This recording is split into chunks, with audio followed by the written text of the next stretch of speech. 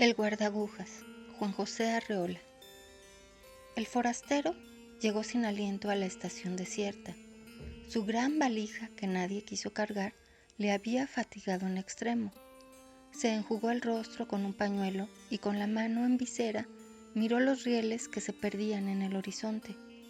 Desalentado y pensativo, consultó su reloj, la hora justa en que el tren debía partir. Alguien, salido de quién sabe dónde, le dio una palmada muy suave. Al volverse, el forastero se halló ante un viejecillo de vago aspecto ferrocarrilero. Llevaba en la mano una linterna roja, pero tan pequeña que parecía de juguete. Miró sonriendo al viajero, que le preguntó con ansiedad: «Usted perdone, ¿ha salido ya el tren? ¿Lleva usted poco tiempo en este país?» «Necesito salir inmediatamente. Debo hallarme en T mañana mismo». «Se ve que usted ignora las cosas por completo. Lo que se debe hacer ahora mismo es buscar alojamiento en la fonda para viajeros». Y señaló un extraño edificio ceniciento que más bien parecía un presidio. «Pero yo no quiero alojarme, sino salir en el tren».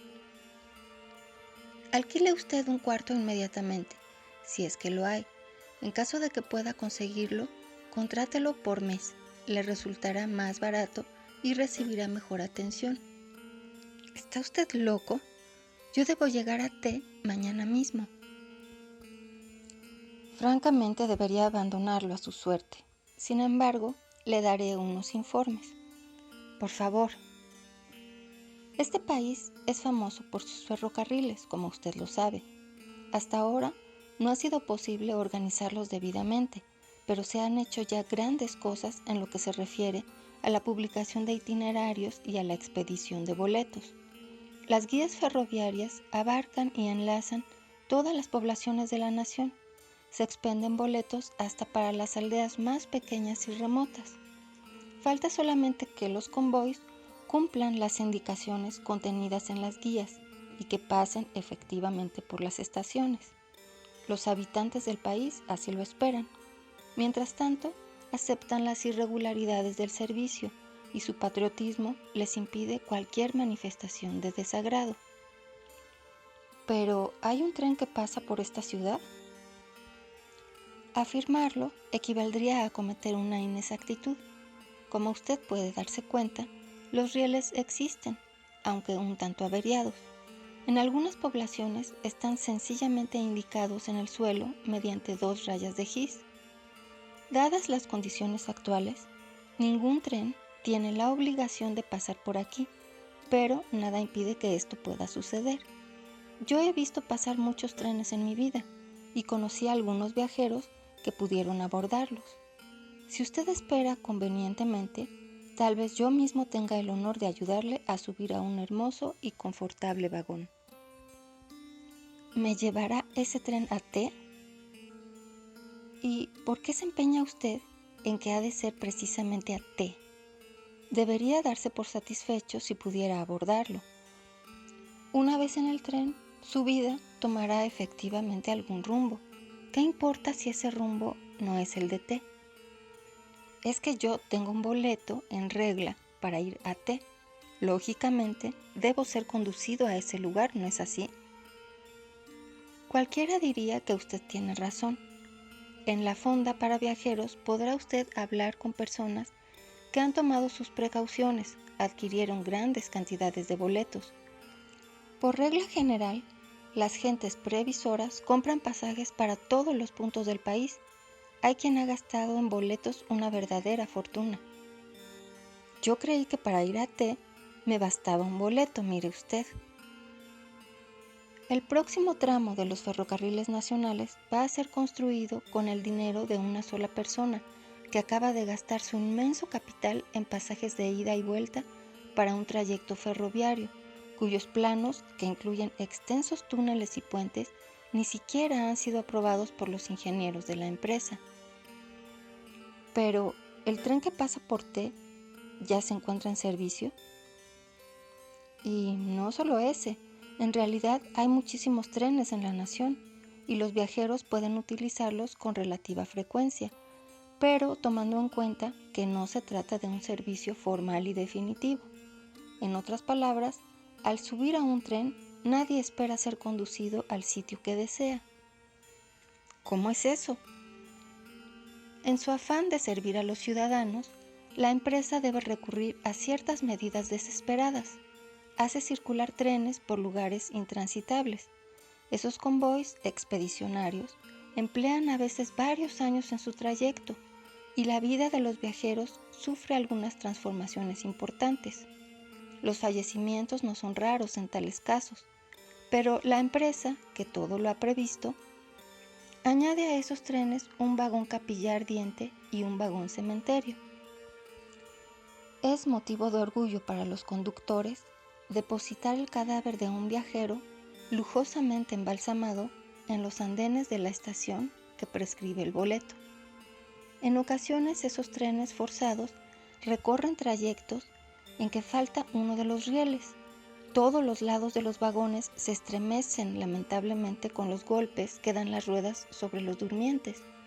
Los viajeros de primera, es otra de las previsiones de la empresa, se colocan del lado en que hay riel.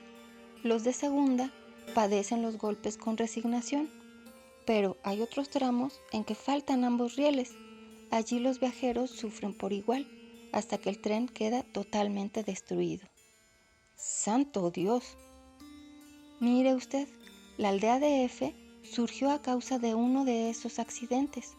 El tren fue a dar a un terreno impracticable. Lijadas por la arena, las ruedas se gastaron hasta los ejes. Los viajeros pasaron tanto tiempo juntos que de las obligadas conversaciones triviales surgieron amistades estrechas. Algunas de esas amistades se transformaron pronto en idilios y el resultado ha sido F, una aldea progresista llena de niños traviesos que juegan con los vestigios enmohecidos del tren. Dios mío, yo no estoy hecho para tales aventuras. Necesita usted ir templando su ánimo. Tal vez llegue usted a convertirse en héroe. No crea que faltan ocasiones para que los viajeros demuestren su valor y sus capacidades de sacrificio. Recientemente, 200 pasajeros anónimos escribieron una de las páginas más gloriosas en nuestros anales ferroviarios. Sucede que en un viaje de prueba, el maquinista advirtió a tiempo una grave omisión de los constructores de la línea. En la ruta faltaba el puente que debía salvar un abismo. Pues bien, el maquinista, en vez de poner marcha hacia atrás, arrengó a los pasajeros y obtuvo de ellos el esfuerzo necesario para seguir adelante. Bajo su enérgica dirección, el tren fue desarmado pieza por pieza y conducido a hombros al otro lado del abismo, que todavía reservaba la sorpresa de contener en su fondo un río caudaloso. El resultado de la hazaña fue tan satisfactorio que la empresa renunció definitivamente a la construcción del puente, conformándose con hacer un atractivo descuento en las tarifas de los pasajeros que se atreven a afrontar esa molestia suplementaria. Pero yo debo llegar a T mañana mismo. Muy bien, me gusta que no abandone usted su proyecto. Se ve que es usted un hombre de convicciones. Alójese por lo pronto en la fonda y tome el primer tren que pase. Trate de hacerlo cuando menos. 1000 personas estarán para impedírselo. Al llegar a un convoy, los viajeros, irritados por una espera demasiado larga, salen de la fonda en tumulto para invadir ruidosamente la estación. Muchas veces provocan accidentes con su increíble falta de cortesía y de prudencia. En vez de subir ordenadamente, se dedican a aplastarse unos a otros. Por lo menos se impiden para siempre el abordaje, y el tren se va, dejándolos amotinados en los andenes de la estación. Los viajeros agotados y furiosos maldicen su falta de educación y pasan mucho tiempo insultándose y dándose de golpes. ¿Y la policía no interviene? Se ha intentado organizar un cuerpo de policías en cada estación, pero la imprevisible llegada de los trenes hacía tal servicio inútil y sumamente costoso. Además, los miembros de ese cuerpo demostraron muy pronto su venalidad dedicándose a proteger la salida exclusiva de pasajeros adinerados que les daban a cambio de su ayuda todo lo que llevaban encima. Se resolvió entonces el establecimiento de un tipo especial de escuelas, donde los futuros viajeros reciben lecciones de urbanidad y un entrenamiento adecuado. Allí se les enseña la manera correcta de abordar un convoy, aunque esté en movimiento y a gran velocidad.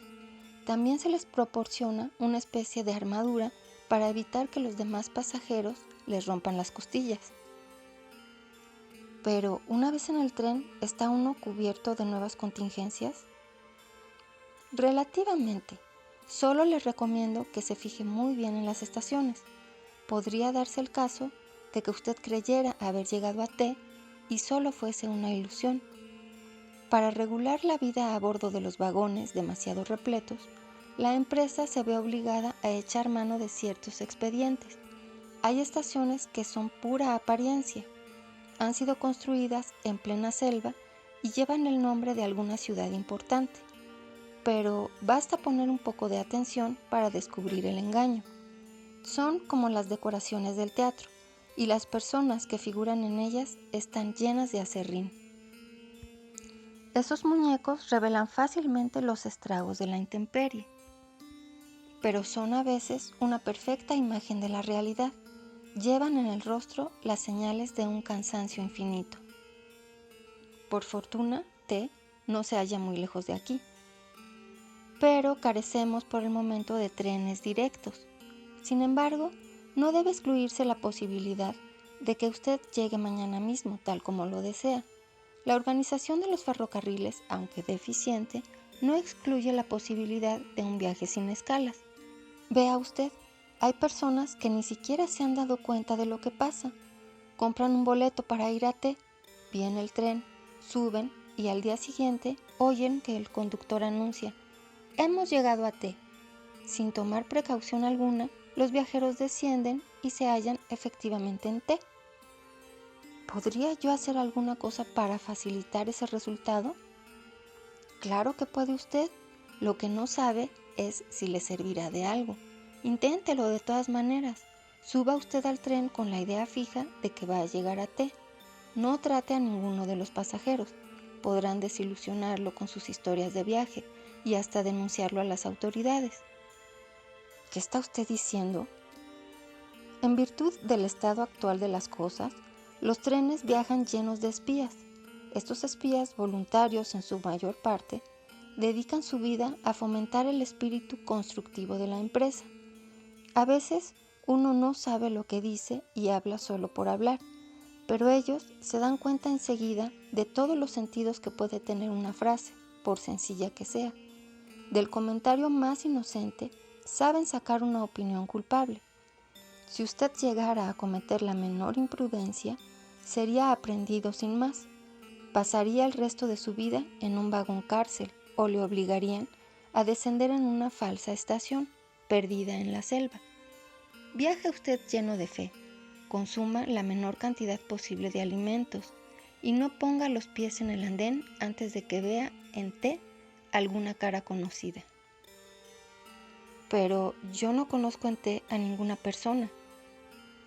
En ese caso, redoble usted sus precauciones. Tendrá, se lo aseguro, muchas estaciones en el camino. Si mira usted por las ventanillas, está expuesto a caer en la trampa de un espejismo.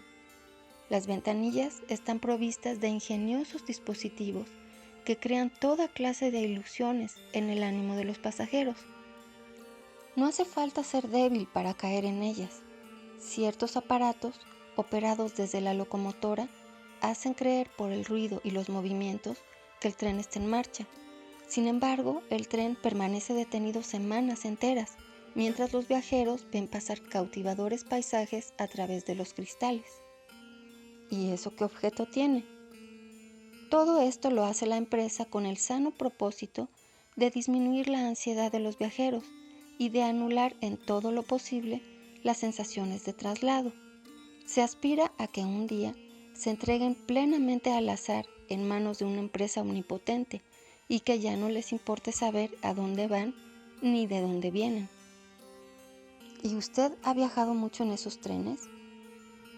Yo, señor, soy el guardaagujas. A decir verdad, soy un guardaagujas jubilado y solo aparezco aquí de vez en cuando para recordar los buenos tiempos. No he viajado nunca, ni tengo ganas de hacerlo.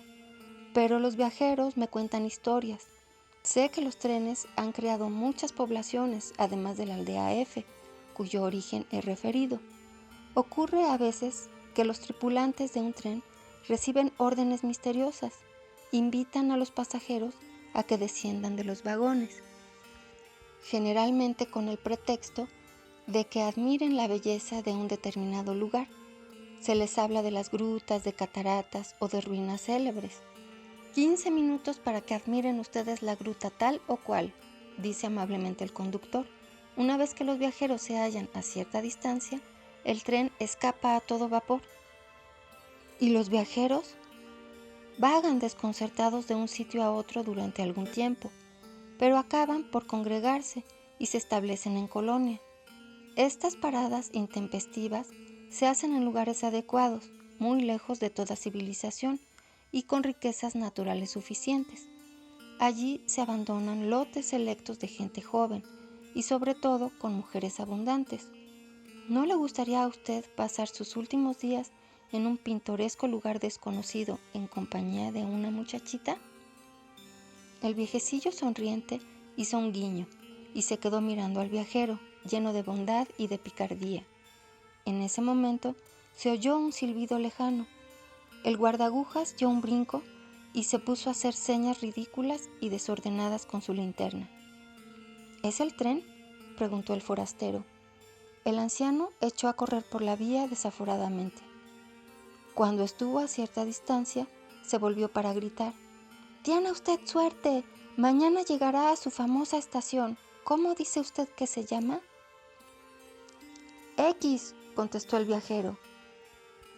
En ese momento, el viejecillo se disolvió en la clara mañana, pero el punto rojo de la linterna siguió corriendo y saltando entre los rieles imprudentemente al encuentro del tren. Al fondo del paisaje, la locomotora se acercaba como un ruidoso advenimiento.